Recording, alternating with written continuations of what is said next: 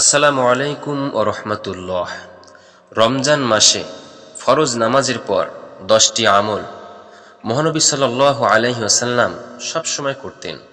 সম্মানিত দিনী ভাই এবং বোন, আজকের ভিডিওতে আলোচনা করব এমন ফজিলতপূর্ণ 10টি আমল নিয়ে, যে 10টি আমল নবীজি ফরজ নামাজের পর সবসময় করতেন। আজকের আমলটি অত্যন্ত দামি আমল। যে 10টি আমল স্বয়ং নবীজি সাল্লাল্লাহু আলাইহি ওয়াসাল্লাম করতেন, আমরাও তাই করব ইনশাআল্লাহ।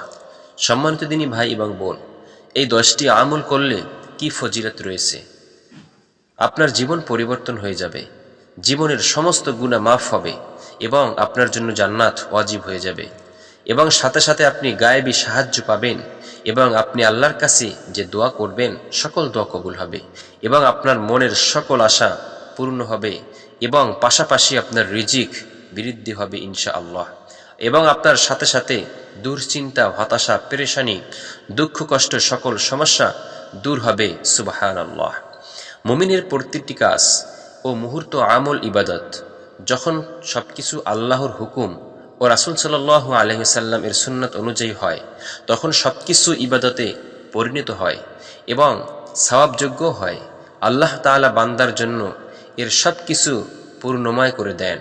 প্রত্যেক ফরজ নামাজের শেষে কিছু দোয়া আছে, যে ব্যক্তি এইগুলো পড়বে বা কাজে লাগাবে, সে কখনো ক্ষতিগ্রস্ত হবে না। মুসলিম শরীফের হাদিস। ফরজ সালাতের পর নবী করিম সাল্লাল্লাহু আলাইহি ওয়াসাল্লাম বিভিন্ন দোয়া ও আমল করতেন। সাহাবায়ে কেরামও তা করতে উদ্বুদ্ধ করতেন, বিশেষ করে নির্দেশও করতেন। বিশুদ্ধভাবে বর্ণিত এমন 10টি আমল আজকে আপনাদের সামনে তুলে ধরব ইনশাআল্লাহ। 1 নম্বর হলো, সালাম ফিরানোর পরে কিছুটা শব্দে একবার আল্লাহু আকবার বলতেন। আল্লাহ হাবিব সাল্লাল্লাহু আলাইহি সাল্লাম ফরজ নামাজ শেষ করে আল্লাহু আকবার বলতেন। 2 নম্বরে, প্রত্যেক ফরজ নামাজের পর 3 বার ইস্তিগফার পাঠ করতেন, যেমন আস্তাগফিরুল্লাহ, আস্তাগফিরুল্লাহ, আস্তাগফিরুল্লাহ বলতেন। 3 নম্বরে হলো, প্রত্যেক ফরজ নামাজের পর একবার বলা আল্লাহুম্মা আনতাস সালাম ওয়া মিনকাস সালাম তাবারাকতা ইয়া যাল জালালি ওয়াল ইকরাম। এর অর্থ হলো, হে আল্লাহ, তুমি শান্তিদাতা এবং তোমার পক্ষ থেকেই শান্তি আসে, তুমি বরকতময়, হে মহাত ও সম্মানের অধিকারী। 4 নম্বরে যে আমলটি করতেন, প্রত্যেক ফরজ নামাজের পর একবার বলা আল্লাহুম্মা আইন্নি আলা যিকরিকা ওয়া শুকরিকা ওয়া হুসনি ইবাদাতিকা। এর অর্থ হলো, হে আল্লাহ, তোমার জিকির করার, তোমার কৃতজ্ঞতা প্রকাশ করার এবং উত্তম রূপে তোমাকে ইবাদত করার ব্যাপারে আমাকে সাহায্য করো সুবহানাল্লাহ। 5 নম্বরে যে আমলটি করতেন, প্রত্যেক ফরজ নামাজের পর একবার আয়াতুল কুরসি পাঠ করতেন। আল্লাহর হাবিব সাল্লাল্লাহু আলাইহি ওয়াসাল্লাম আয়াতুল কুরসি পাঠ করতেন, তাই আমরাও পাঠ করব। যে ব্যক্তি প্রত্যেক ফরজ নামাজের পর আয়াতুল কুরসি পাঠ করবে, তার জন্য জান্নাতে প্রবেশের পথে একমাত্র মৃত্যু ছাড়া আর কোনো বাধা থাকবে না সুবহানাল্লাহ, সুবহানাল্লাহ। 6 নম্বরে যে আমলটি করতেন, প্রত্যেক ফরজ নামাজের পরে একবার বলা লা ইলাহা ইল্লাল্লাহু ওয়াহদাহু লা শারীকা লাহু লাহুল মুলকু ওয়া লাহুল হামদু ওয়া হুয়া আলা কুল্লি শাইইন কদির।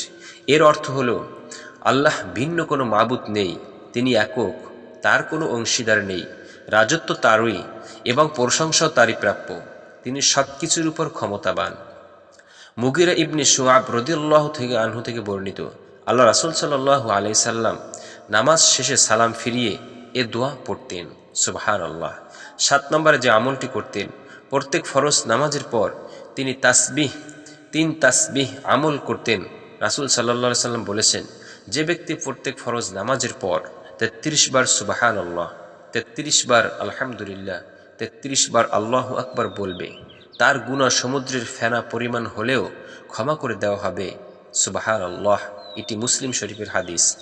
8 নম্বরে যে আমলটি করতেন, প্রত্যেক ফরজ নামাজের পর নবী করিম সাল্লাল্লাহু আলাইহি ওয়াসাল্লাম আল্লাহর কাছে আশ্রয় প্রার্থনা করে বলতেন, আল্লাহুম্মা ইন্নী আউযু বিকা মিনাল জুবনি ওয়া আউযু বিকা মিন আন উরাদ্দা ইলা আজালিল উমুরি ওয়া আউযু বিকা মিন ফিতনাতিদ দুনিয়া ওয়া আউযু বিকা মিন আযাবিল কবর। এর অর্থ হলো, হে আল্লাহ, আমি ভীরুতা, হে আল্লাহ, আমি ভীরুতা, অতি বার্ধক্য, দুনিয়ার ফিতনা ও কবরের আযাব থেকে আপনার নিকট পানাহ চাই। 9 নম্বরে যে আমলটি করতেন, ফজরের নামাজের পর 100 বার সুবহানাল্লাহ ও 100 বার লা ইলাহা ইল্লাল্লাহ বলতেন। নবী করিম সাল্লাল্লাহু আলাইহি ওয়াসাল্লাম বলেন, যে ব্যক্তি ফজরের নামাজের পরে 100 বার সুবহানাল্লাহ ও 100 বার লা ইলাহা ইল্লাল্লাহ পড়বে, তার পিছনের সব গুনাহ মাফ করে দেওয়া হবে। সুবহানাল্লাহ। যদিও তার গুনাহ সমুদ্রের ফেনা পরিমাণও হয়। সুবহানাল্লাহ, সুবহানাল্লাহ। 10 নম্বরে যে আমলটি করতেন, সম্মানিত দর্শক, প্রত্যেক ফরজ নামাজের পর 3 বার পাঠ করা, আল্লাহুম্মা ইন্নী আউযু বিকা মিনাল কুফরি ওয়াল ফাকরি ওয়া আউযু বিকা মিন আযাবিল কবর লা ইলাহা ইল্লা আনতা।